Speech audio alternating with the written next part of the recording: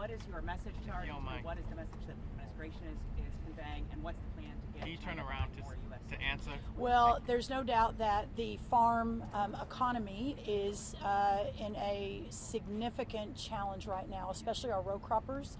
Not just soybeans, although I think they're probably the top of the list, but corn, wheat, sorghum, cotton, etc. What this president has done in opening up all of these markets, I think we're on 8 different trade deals right now. There are more being announced very soon. Japan, I am supposed to be there tomorrow, but pending government shutdown, I may have to move that trip. But Japan alone committed to $8 billion in purchasing of our great American products, alongside some other pretty big announcements.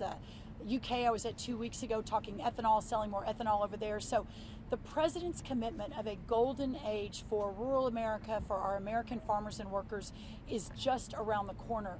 But he has been very clear, and very clear with me and to the American people when he announced Liberation Day in the Rose Garden several months ago, that there could be a time of uncertainty, especially for our farmers and ranchers. And it's clear we're in that time of uncertainty now.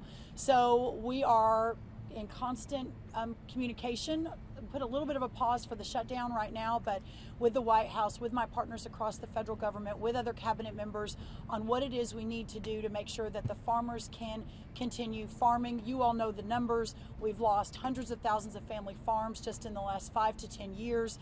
The cost of doing farming only continues to increase, especially under the last administration.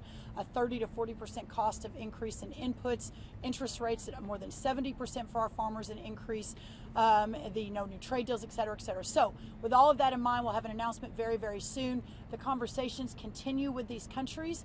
I want to be very clear, I'm not in the front of that. We've got amazing people like Secretary Lutnick, Secretary Bessent, Jameson Greer, and of course the Negotiator-in-Chief Donald Trump, who is leading on those, and we have full faith, and the farmers continue to have full faith in their leadership. Yes, sir. Madam Secretary, about Europe and the GMO.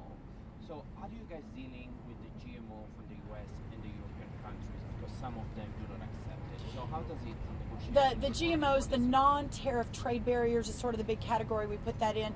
Listen, we believe so strongly in our product here. We believe it is the safest, the best in the world, and we believe that as we continue to have these conversations with these countries from all over the world, the EU, is the UK, et cetera, they've all been willing to engage in those conversations. And as we continue to make our case, one of the cases I make when I travel abroad is just how good and safe these products are.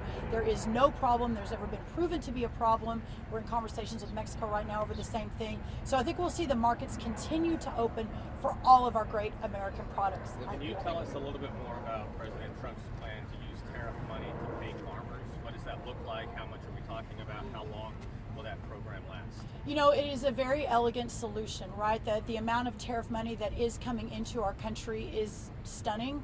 The president had a vision. He's effectuating the vision. The vision is pretty remarkable. The whole entire world economy is now realigning around American products, which is incredible. But again, to this moment of uncertainty, the ability to offset any payments to the farmers through potential tariff revenue is really where the president wants us to head, and that's what we're looking at very soon. One more.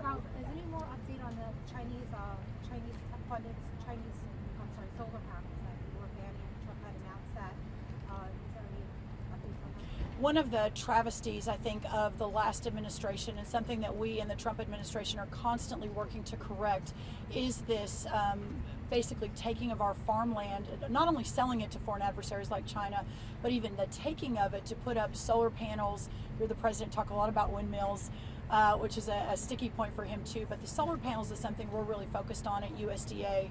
Hundreds of thousands of great American prime farmland, the best farmland in the world, has been basically sold away to the highest bidder to put solar panels on.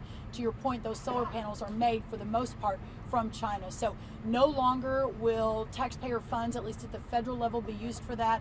We're working alongside several governors out in this great country to ban the same. If it, for whatever reason, it's extremely complicated, but banning it at every level of government where possible, and returning that land to what it was originally intended, I think, by God. I think it's biblical. We've got to produce food for our own selves. And the final thing